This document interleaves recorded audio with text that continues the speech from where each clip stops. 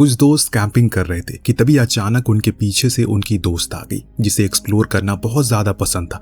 इसीलिए उसका कहना था कि वो जंगल में जा रही है ताकि पता लगा सके जो कुछ भी उसने सुना है क्या वो सच है या फिर झूठ है। एक दोस्त ने बोला चलो हम भी चलते हैं, लेकिन डियाना ने इनकार कर दिया, ये कहकर कि उसके पास फ्लैश लाइट है तो वो अकेले चली जाएगी और थोड़ी देर में लौट भी आएगी। जैसे जैसे वो जंगल में आगे बढ़ रही थी उसके सामने अनगिनत पहेलियों का साम्राज्य खुलता जा रहा था। इधर डियाना ने बाकी के दोस्तों में से एक को बताती है कि आज से तकरीबन 87 साल पहले ये इलाका नेटिव अमेरिका का हुआ करता था। यहाँ उनके कबीले थे जहाँ वो दूसरी दुनिया से दूर अपनी ही दुनिया में खुशहाली भरी जिंदगी जीते थे। उनके पास जरूरत की वो हर वो चीज थी जिसकी मदद से उन्होंने अपना जीवन आसान बनाया।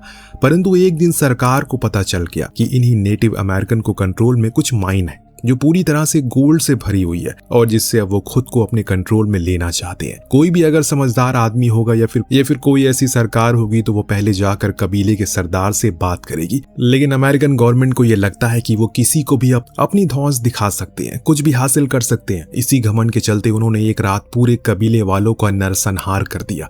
ये कत्लेआम इतना भयानक था कि इसमें किसी को भी नहीं छोड़ा गया। साफ आदेश था किसी को नहीं छोड़ा जाएगा ताकि बाद में कोई दोबारा खड़ा ना हो सके। इसी कत्लेआम में कबीले के सरदार का इकलौता बेटा भी मारा गया और तब उसकी मां ने श्राप, चाहे कितनी भी भुजा या फिर ताकत का जोर लगा लो तुम लोगों की कभी ये खदानें नहीं हो सकती। ये आज भी हमारी है और कल भी हमारी ही रहेगी। इससे आगे वो कुछ और बोल पाती उससे पहले उसका सर धड़ से अलग था। सरकार को लगा कि ये कोई मामूली औरत होगी, लेकिन वो गार्ड भूल गए कि इस कबीले के लोगों का जुआड़ कुछ शक्तियों से है जो आज भी माइन की रक्षा कर रही है सिर्फ उनके कहने पर। वहाँ डियाना अभी भी जंगल में घूम रही है, लेकिन रात के अंधेरे में आखिर उसे क्या ही एक्सप्लोर करना है। अभी तो कुछ दिखाई भी नहीं दे रहा है, उल्टा हो सकता है कि वो भटक जाए। अचानक उसके पीछे एक साया गुजरा। फौरन वो मुड़ी और वहां कोई नहीं था। वही जमीन पर गड़े पत्थर पर हम एक अजीब से चिन्ह को बना हुआ देखते हैं, जैसे किसी ने उसे खुद अपने हाथों से बनाया हो। कुछ कदम उसने और आगे बढ़ाया, उसकी धड़कनें तेज हो गई, धुक धुक धुक धुक। अचानक कोई गुर्राने लगा। जंगल है तो जरूरी है कि शेर या गीदड़ तो होगा ही।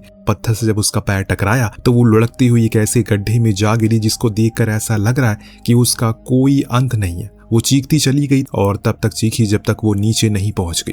उसकी ये दर्द भरी चीखें दो दोस्त सुन लेते हैं। उन्हें लगा कि शायद हो सकता है कि कोई जानवर हो। उन्हें भी डर लगा, पर वो अपने रोमांस पर फोकस करते हैं, वो ज्यादा जरूरी था। सुबह हुई तो एमा और कायली दोनों एक्सप्लोर करने के लिए निकलने वाले थे, पर एमा डियाना को भी साथ ले जाना चाहती है। वो उसे आवाज लगाती है पर वो तो बाहर ही नहीं आ रही। जब उसने उसका कैंप चेक किया वहां वो नहीं थी। एमा के कान खड़े हो गए। रात से वो वापस ही नहीं आई। उसने फौरन ब्रिगेड को इस बारे में बताया, पर वो दोनों तो अभी रोमांस में बिजी थे। ब्रिगेड जब थोड़ा फ्री हुआ तो उसने कहा कि हो सकता है कि वो अभी भी जंगल में एक्सप्लोर कर रही है। तुम्हें पता है उसे ऐसी जगहों पर घूमना कितना पसंद है। एमा को उसकी बात पर यकीन नहीं था। वो कायली को लेकर उसे ढूंढने निकल पड़ी। उनके जाने के बाद ये दोनों फिर लग गए। एमा वहां बेचारी परेशान हो रही थी अपने दोस्त के लिए, पता नहीं किस हालत में होगी वो। तेज तेज उसने आवाजें लगाई पर कोई जवाब नहीं आया, और जब उसे लगा कि उनके बस की बात नहीं है तो वो कायली से कहती है हमें रेंजर से कांटेक्ट करना चाहिए, वही अब हमारी मदद कर सकते हैं। लेकिन कायली अभी थोड़ा इत्मीनान से उसे ढूंढने को कहती है। हो सकता है कि वो यहीं कहीं आसपास हो। पर एमा ने अब उन दोनों को भी इत्तला कर दिया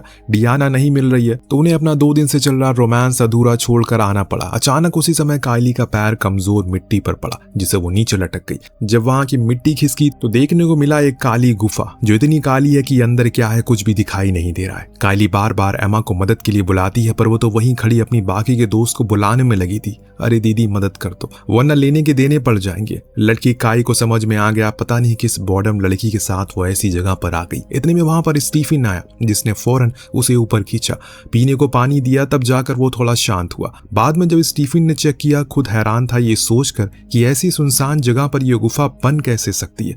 आखिर इसका पर्पस क्या होगा? आपको क्या लगता है, क्या ये वही सोने की खदान है जिसके बारे में हमने शुरू में पढ़ा था? अब तो ये अंदर जाने पर पता लगेगा। फिलहाल अभी कोई नहीं जाना चाहता। उन्हें सोने से ज्यादा अपने कपड़ों की चिंता है जो गंदे हो गए हैं। वो जंगल में नहीं दुबई मॉल में आए हैं ऐसा लग रहा है उन्हें। खैर, बड़ी देर सोच विचार करने के बाद स्टीफन ने थोड़ा गोदा जमा किया अपने अंदर और बोला मैं जाता हूं अंदर, हो सकता है कि डियाना भी अंदर हो। और जब थोड़ा सा अंदर स्टीफन गया तो उसे किसी की रोने की आवाज आई, शायद अंदर डियाना हो। इसी उम्मीद में वो ईश्वर का नाम लेकर अंदर उतरा।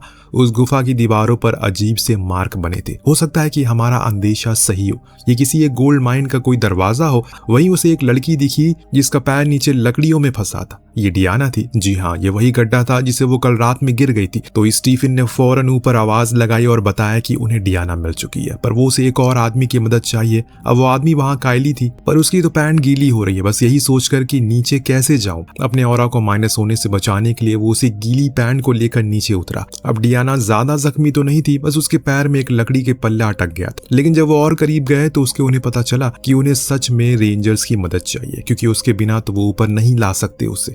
इसीलिए स्टीफन ने ऊपर मौजूद दोनों लड़कियों से जाकर रेंजर को इस बारे में बताओ, वो हमारी मदद के लिए आ सके। पर अब रेंजर के पास जाएगा कौन, इस चीज की बहस शुरू हो गई। अब इन लड़कियों का क्या ही कहना। इधर ब्रिगेड तो आराम से स्मोक कर रही थी जैसे कुछ हुआ ही ना हो, इसीलिए एमा को वहां से जाना पड़ा। वो भागते हुए स्टेशन को ढूंढने निकल गई। यहाँ ये दोनों अभी भी नीचे थे, पर स्टीफन थोड़ी वहां की छानबीन करता है ताकि पता लगा सके कि आसान रास्ता कौन सा है बाहर निकलने का। लेकिन वहां उसे आसान रास्ते की जगह कुछ अजीब सी चीज देखने को मिली। हर चीज को देखकर ऐसा लग रहा है जैसे कि इसे लॉक किया गया हो। एक पल्ले को जब उसने हटाया तो उस पार कुछ ऐसा देखने को मिला जो देखकर उसके होश उड़ गए। इतने में ब्रिगेड भी नीचे आ गई। डियाना की ऐसी हालत को देखकर वो उसे सहारा देती है, पर एक मिनट, ये डियाना हंस क्यों रही है? यही सवाल ब्रिगेड ने डियाना से पूछा। इतने में उधर से स्टीफन की आवाज आई, गाइस देखो मुझे क्या मिला है। इतना सुनते ही ब्रिगेड भागते हुए उसके पास गई और जब स्टीफन ने अपना हाथ आगे किया तो उसके हाथ में वो चीज रखी थी, वो वहां खड़े इन तीनों की हक्की बक्की गुल हो गई। वो गोल्ड था। जी हाँ दोस्तों, यही वो माइन है जिसकी बात हो रही है। अब तो इन्हें भी यकीन हो गया कि वो कहानी सच थी। ब्रिगेड के दिमाग में तो कौन से मॉडल की फरारी लेनी है ये चलना लगता है कि तभी उसे ख्याल आया कि अरे एमा तो रेंजर के पास जा रही है, उसने रोकना पड़ेगा वरना फरारी की जगह साइकिल भी नसीब नहीं होगी अगर रेंजर यहाँ आ गए। इसीलिए दोनों लड़के फौरन वहां से ऊपर भागते हैं, अलग अलग दिशा में निकल जाते हैं। उधर एमा अभी भी भाग रही थी। अचानक हमने देखा उसके पीछे कुछ कौवे लग गए। क्या ये सच है? ऐसा लग रहा है जैसे वो कौवे उसे बता रहे हो कि उसे कहाँ जाना हो। पर अगले ही क्षण उसमें से एक कौवा उसके सामने आ गया और वो वहीं लड़की एक पेड़ की टहनी से टकरा गई। इस बीच जब ब्रिगेड खड़ी थी तो उसे डियाना को एक बारी को नोटिस किया। वो पहले से काफी बदल गई है। पिछले कुछ मिनट में उसे ऐसी हरकतें कर दी है जो उसे पहले कभी नहीं की थी। वहां जब एमा को होश आया उसे चीजें काफी बदली बदली सी लगने लगी। आसपास का वातावरण काफी अजीब सा। अचानक तभी उसके ऊपर कुछ कीड़े आकर गिरने लगे जिससे वो उसे कह रहे हो यहाँ से चले जाओ। पर एमा तेज से चिल्लाई और अगले पल अचानक ठीक हो गया जैसे कुछ हुआ ही ना हो। वो वहां से फौरन भागी और अपने कैंप साइट पर पहुंची जहां उनकी कार खड़ी थी। केव में ब्रिगेड को यहाँ से जल्दी निकलना था, पर उसके दिमाग में एक ही सवाल आया, आखिर वो यहाँ आई ही क्यों? उसे तो हमारे अलावा उस रेंजर ने भी मना किया था, पर वो फिर क्यों आई? तब डियाना बताती है उसे ऊपर काफी लोन है और जब उसने सुना कि इस जंगल में सोना मौजूद है तो वो उसे ढूंढने के लिए यहाँ चली आई। जब ब्रिगेड ने सुना कि वो माँ बनने वाली है तो उसने उसे गले से लगा लिया। जितना भी गुस्सा था सब कुछ उसका ठंडा हो गया। कुछ ही देर में एमा भी मिल गई। अब सब मिलके उस गोल्ड को साफ करना शुरू करते हैं। काली ने तो उस केव के ऊपर ही अपना कैंप लगा लिया था ताकि किसी को भी इस केव के बारे में पता ना चल सके। इस बीच हमने देखा कि ये कोई लकड़ी नहीं बल्कि एक बड़ा सा पत्थर है जो डियाना के पैर के ऊपर गिरा है, जिससे वो इतनी ज्यादा तकलीफ में है। बाकी के दोस्त कहते हैं कि हम इसे कार की मदद से हटा सकते हैं, पर डियाना ऐसा करने से मना करती है। बड़ी ही अजीब बात थी, ऐसा करने पर उसे ही आराम मिलेगा। क्यों वो चाहती है कि वो पत्थर ना हटे। अब जब ये थोड़ा सा उस जगह की छानबीन करते हैं तो ब्रिगेड को एक झोला मिलता है जिसके अंदर एक डायरी थी जिसमें लिखा था, आखिर बबीता जी ने क्या देखकर अय्यर से शादी कर ली। वेल फॉरेस्ट रेंजर सुजैन को जब पता चला कि सुबह जो कैंपिंग करने कुछ लोग गए थे वो अभी भी लौटे ही नहीं है, उसे उनकी फिक्र होने लगी है। वो कार लेकर जंगल के अंदर चल पड़े। उसे भी इस माइन वाली कहानी के बारे में अच्छे से पता था। बहुत ढूंढने पर वो उसे नहीं मिलते। तब उसका जूनियर उसे बताता है कि जंगल में काफी भयंकर तूफान आने वाला है, हमें चलना चाहिए। पर सुजैन को अंदर ही अंदर एक अजीब सी वाइब आने लगती है कि जरूर कुछ बुरा होने वाला है। यहाँ माइन में अब ये लोग मिले हुए गोल्ड को अलग करके साइड में रख देते हैं। अब वो मिलकर उस पत्थर को हटाने लग गए। देखकर ऐसा लग रहा है कि वो उसे साइड कर ही देंगे, पर ऐसा हुआ नहीं, बल्कि वापस से वो पैर पर जा गिरा जिससे वो और ज्यादा दर्द में हो गई। इस बीच एमा बार बार यही बोलती है कि हमें रेंजर को बुला लेना चाहिए, लेकिन डियाना बिना गोल्ड लिए तो यहाँ से नहीं जाएगी। बाकियों का यही कहना था, इसीलिए कायली एमा को अच्छे से समझाता भी है उनके लिए सोना कितना जरूरी है। रात में जब आराम कर रहे थे तो अकेली डियाना उस डरावनी माइन में बैठी थी, अकेले उस गोल्ड में गंदगी को अलग कर रही थी। ठीक उसी समय उसके सामने से कोई आते हुए दिखा, एक भयानक रंग रूप वाला आदमी जिसके चेहरे पर बड़े बड़े किस्म के दाग थे, जिसे उसे जिंदा ही जला दिया गया हो। अचानक से वो उसके सामने आया। डियाना चीख पड़ी। फौरन उसके दोस्त उठे, देखा कि वहां कोई नहीं था। सबने डियाना को समझाया कि वो सो जाए, अगर नींद पूरी नहीं होगी तो ऐसे ही उसे अजीब अजीब से वहम होंगे। इनमें से किसी को भी नींद जैसा कुछ नहीं आ रहा है, तो ये लोग आपस में बातें करने लगते हैं अगर इन्हें वो सोना मिल जाएगा तो वो उसका क्या क्या करेंगे। अब ब्रिगेड का तो आपको पता ही है कि उसे फरारी लेनी है। उधर दोनों लड़के बारी बारी माइनिंग की खुदाई का काम चालू रखते हैं क्योंकि थोड़े ही समय में ज्यादा सोना निकालना है। पहले स्टीफन लंबे समय तक पत्थरों को तोड़ता है, उसके बाद काइली आकर वही काम करता है। इस बीच जो डायरी ब्रिगेड को मिली थी उसे वो देखने की कोशिश करती है, लेकिन वो पूरी तरीके से भीग चुकी थी, जिसके कारण अंदर क्या लिखा है वो पढ़ा नहीं जा सकता। उसके ऊपर कुछ लिखा था जो काफी रहस्यमयी लग रहा था। वो चीज क्या है आपको आगे पता चलेगी। फिलहाल काइली अभी पूरे गुस्से में पत्थर को तोड़ रहा है, तभी उसके ऊपर एक चीज आकर गिरी। जब उसने उस चीज को उठाया तो पता चला ये किसी का जबड़ा है जिसमें सोने के दांत लगे हैं। कुछ देर के लिए तो उसे बड़ा अजीब लगा, भला ऐसी जगह पर यह चीज कैसे संभव हो सकती है, लेकिन बाद में सोने के लालच ने उसे वो दांत अपने जेब में रखने पर मजबूर कर दिया। जैसे उसने उस सोने को अपने जेब में रखा उसी समय हमें उसके चेहरे पर एक अजीब सा दोगलापन नजर आया। कुछ ही समय पहले ऐसा डियाना के साथ भी हुआ था। क्या ये किसी चीज का संदेश तो नहीं है? अब जैसे जैसे करके समय बीत रहा है डियाना का वो पैर काला पड़ना शुरू हो जाता है। अगर उसे जल्दी बाहर नहीं निकाला तो मजबूरन उसे काटना पड़ सकता है। ऐसे में तो सिर्फ एक ही ऑप्शन बचता है, जितनी जल्दी हो सके किसी आयरन रॉड या फिर किसी मजबूत लकड़ी की मदद से उस पत्थर को वहां से हटाया जाए। लेकिन अभी किसी को भी ये देखकर नहीं लग रहा है कि इन सभी के मन में ये ख्याल आ रहा है। उनकी एक साथी की जिंदगी सबसे ज्यादा कठिन समय में चल रही है और उन्हें बस सोने की होड़ लगी हुई है। जब अगले दिन हुआ तो ये लोग ऊपर आए। ब्रिगेड ने कहा हमें अब काफी सोना मिल चुका है, तो जितना भी मिला है उसे लेकर हमें चलना चाहिए। एमा भी उसकी बात से सहमत थी। उसे वहां निकाला हुआ सोना देने लगी, जिसे लेकर वो नीचे गई। स्टीफन के पास उससे बोला हमें अब चलना चाहिए क्योंकि ये हमारे लिए काफी है। पर वो दोस्तों भड़क जाता है। उसे और निकालना था सोना। उसका मुताबिक यहाँ लाखों टन सोना है, तो अगर हम थोड़ी सी और मेहनत करेंगे तो और ज्यादा गोल्ड निकाल सकते हैं। उसके चेहरे पर लालच साफ नजर आ रहा था। अब उसे किसी की परवाह नहीं है, अपनी दोस्त की भी नहीं। पर उस दोस्त को भी कोई फर्क नहीं पड़ रहा है जिसकी जिंदगी जोखिम में है। वो तो उस डायरी को पढ़ रही है, पता नहीं आखिर उसमें ऐसा क्या ही लिखा है। एक हद तक वो मान भी गई है, लेकिन स्टीफन तो पागल हो चुका है। वो अपनी ही दोस्त काइली से लड़ लेता है। बस उसने उसे इतना कहा था कि वो लालची बन रहा है। उसने उसका गला पकड़ा और बोला जितना तुमसे कहा गया बस उतना करो। जो सुन काइली डर गया और चुपचाप करने लगा। रात होने से पहले हमने देखा कि ब्रिगेड और स्टीफन दोनों ही साथ में नहा रहे। ऐसा लग रहा है जैसे कुछ हुआ ही ना हो। कहीं ऐसा तो नहीं है कि ये सब कुछ ब्रिगेड का एक प्लान हो। रात में जब उस गोल्ड में से कचरा निकाल रही थी वो, तो उसी समय उसने वहां देखा जो डियाना ने देखा। वही डरावना साया जो उसकी तरफ बढ़ रहा है। उसके कदमों की गूंज इतनी भयानक थी कि एमा का खून सफेद होने लग गया। ऐसा लग रहा है कि वो उसे अपने कुछ पुरानी चीजों का हिसाब किताब लेने के लिए आ रहे हो। अचानक उसने झपट्टा मार लिया। उस पर एमा इतनी बुरी तरह चीखी कि वहां पर काइली आ गया। वहां कुछ भी नहीं था, लेकिन एमा बार बार उसी अंधेरी की तरफ इशारा कर रही थी, जैसे मानो अभी भी वो चीज वहीं खड़ी हो। काइली को लग रहा है शायद वो थोड़ी सी रूठ गई है यहाँ आने से, इसीलिए वो उसे लेकर ऊपर चला जाता है ताकि उसका मूड सही हो। पर ऊपर जाने पर तो खुद उसके 12 बज गए। जब उसके सामने से झाड़ियों से हिलते हुए देखा नीचे एमा की वही बात अब उसके दिमाग में घूमने लगी। अब काइली तो पहले से डरपोक, और अगर ऐसा कुछ उसके सामने हो जाए तब वो सब कुछ त्याग देगा। जो लेना है ले लो, बस मुझे यहाँ से जाना है, ऐसे कुछ शब्द होते हैं उसके। अजीब सी आवाज भी आने लगी। अब तो और डर गया वो। तभी सामने से सुजैन आ गई। उसकी जान में जान आई, लेकिन वो उसे अभी कुछ भी मदद तो मांग ही नहीं सकती। पर सुजैन तो इन्हें यहाँ से वापस लेकर जाना चाहती है क्योंकि अब बहुत तेज तूफान आने लगा है, जिसमें अगर इन लोगों को कुछ हो। वो बाकी के लोगों का पूछती है तो ये झूठ बोलते हैं कि वो सो रहे हैं, पर कैंप में लाइट ऑफ थी, जिसे वो उसके पास जाने लगी। एमा फौरन उसे रोकती है। अगर उसे पता चल गया कैंप के नीचे तो माइन है तो वो हम सभी को गिरफ्तार कर लेगी, क्योंकि ये काम इलीगल है। इससे पहले कि वो वहां जाती ब्रिगेड और स्टीफन ऊपर आ गए। अभी तो ये सो रहे थे, अचानक जा कैसे गए, यही सवाल था सुजैन का। नीचे सो रही डियाना के पास जल रही थी मोमबत्तियां एक एक करके बुझना शुरू हो जाती है, जैसे मानो उसे कोई अपने हाथों से बुझा रहा हो। अचानक से एकदम अंधेरा हो गया, एकदम काला अंधेरा।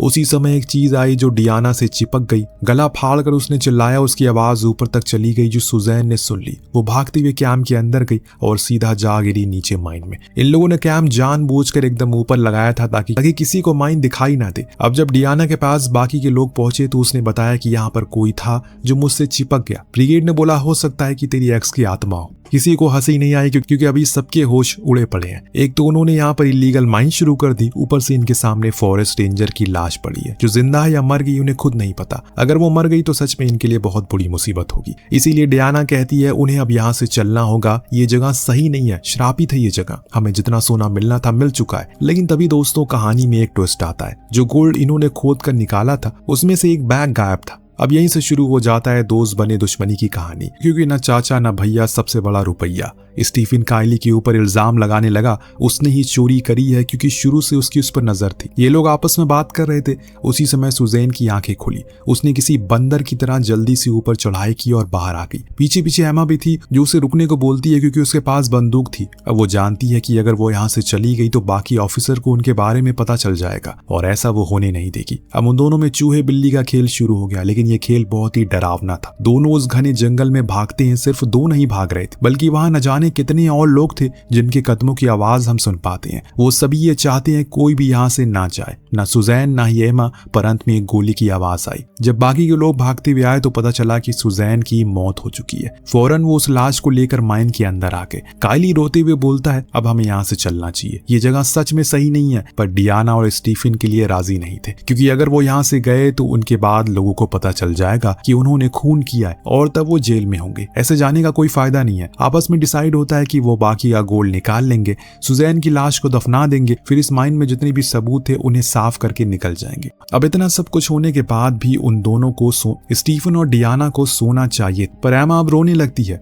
वो डियाना के पास आकर भीख मांगती है उसे और कायली को जाने दिया जाए। उन्हें नहीं चाहिए सोना बल्कि उनका हिस्सा भी वही रख ले। अब शायद दोस्तों देर हो गई है क्योंकि बारिश के कारण अब इस माइन में पानी भरने लगता है, जो देखकर डियाना ने कहा कि ठीक है जिसको जाना है वो जा सकता है। ये सुन स्टीफन तो पागल हो गया। वो किसी सन की कुत्ते की तरह हर जगह खुदाई करने लगा। ऐसा लग रहा है कि उसके अंदर किसी की आत्मा आ गई हो। उसने एमा को जाने दिया लेकिन कायली को अपने साथ कैद रखा। उसे जबरदस्ती खुदवाई करवाता रहा। उधर पानी तेजी से भर रहा है। कायली ने देखा कि स्टीफन उसे जाने नहीं देगा, उसे ही कोई कदम उठाना पड़ेगा। तो उसने वही सोने के दांत वाला जबड़ा अपनी जेब से निकाला और उस पर हमला कर दिया। इससे दोनों में भयंकर लड़ाई हुई लेकिन अंत में कायली हार गया। स्टीफन उसे वहीं सबके सामने उस पानी में डुबाकर मार देता है। ब्रिगेड और डियाना ये देखकर दंग रह गई कि आखिर उसे हो क्या गया है। अब वो ब्रिगेड को मारने के लिए आगे आता है पर ब्रिगेड उसे अपना हिस्सा भी दे देती है और विनती करती है कि उन्हें छोड़ दे। कम से कम वो डियाना को तो छोड़ दे क्योंकि वो प्रेग्नेंट है। लेकिन वो उसके पेट पर कई बार अपने पैर से लात मारता है। उसके अंदर हैवान समा चुका था। ब्रिगेड इसी बीच अपने हिस्से का गोल्ड से भरा बैग स्टीफन को बिना बताए लेकर ऊपर आ गई।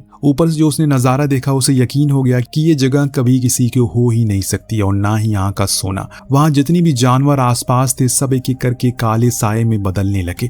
आसमान से गिरते पानी की बूंदें काली हो चुकी थी और वो काले सायों की तादाद अब बढ़ने लगी थी। दरअसल ये उसी कबीले के लोगों की आत्माएं थी जो पिछले 87 साल से यहाँ भटक रही है। माइन में अब पूरा पानी भर चुका है। जो पत्थर डियाना के पैर पर था अब वहां से पानी की वजह से हट गया, लेकिन अब वो पानी में डूब रही है। जब वो ऊपर आई तो उसने देखा कि स्टीफन वहां से सबका गोल्ड लेकर भाग रहा था। तब उसने उसका पीछा किया, उस पर एक से कई बार वार किया जिससे वो घायल होकर पानी में गिर गया और डूब के मारा गया। बाद में वो ऊपर आने की कोशिश में लग गई। ऊपर से ब्रिगेड हाथ देती है किसी भी तरह करके वो उसे ऊपर खींच ले। उस समय डियाना को वही सोने के कुछ पैकेट दिख गए जिनके ऊपर से उसकी नजरें हटी नहीं रही थी। ब्रिगेड उसे ऊपर आने को बोल रही थी वरना वो मर जाएगी, लेकिन डियाना तो उसी पैकेट को लेने के चक्कर में और उसके लिए वो ज्यादा जरूरी था ना कि उसकी जान। तो उसकी ये मुराद ऊपर वाले ने पूरी कर दी। उसी सोने के साथ उसे भी दफन कर दिया। वो पूरी माइंड ढह गई पानी के कारण। जो कुछ भी इन्होंने खोजा था सब कुछ नीचे रह गया। ब्रिगेड को समझ में आ गया कि वो गोल्ड कभी किसी का हो ही नहीं सकता और उसी गोल्ड के चक्कर में उसने अपने आधे से ज्यादा दोस्तों को खो दिया। बाद में जब वो जंगल में भटक रही होती है तो उसे एमा भी मिल गई। उसे अकेला देख वो समझ गया कि कोई नहीं बचा, सिर्फ वही दोनों बचे हैं जो शुरू से ही सिर्फ अपनी जान के बारे में सोच रहे थे। जिन्होंने सोने का सोचा वो उसी के साथ दफन हो गए और कहानी इसी के साथ भी खत्म हो जाती है। तो ये लालच की कहानी आपको कैसी लगी हमें कमेंट करके जरूर बताएगा। मिलते हैं अगली वीडियो में। Thank you so much watching. Peace out.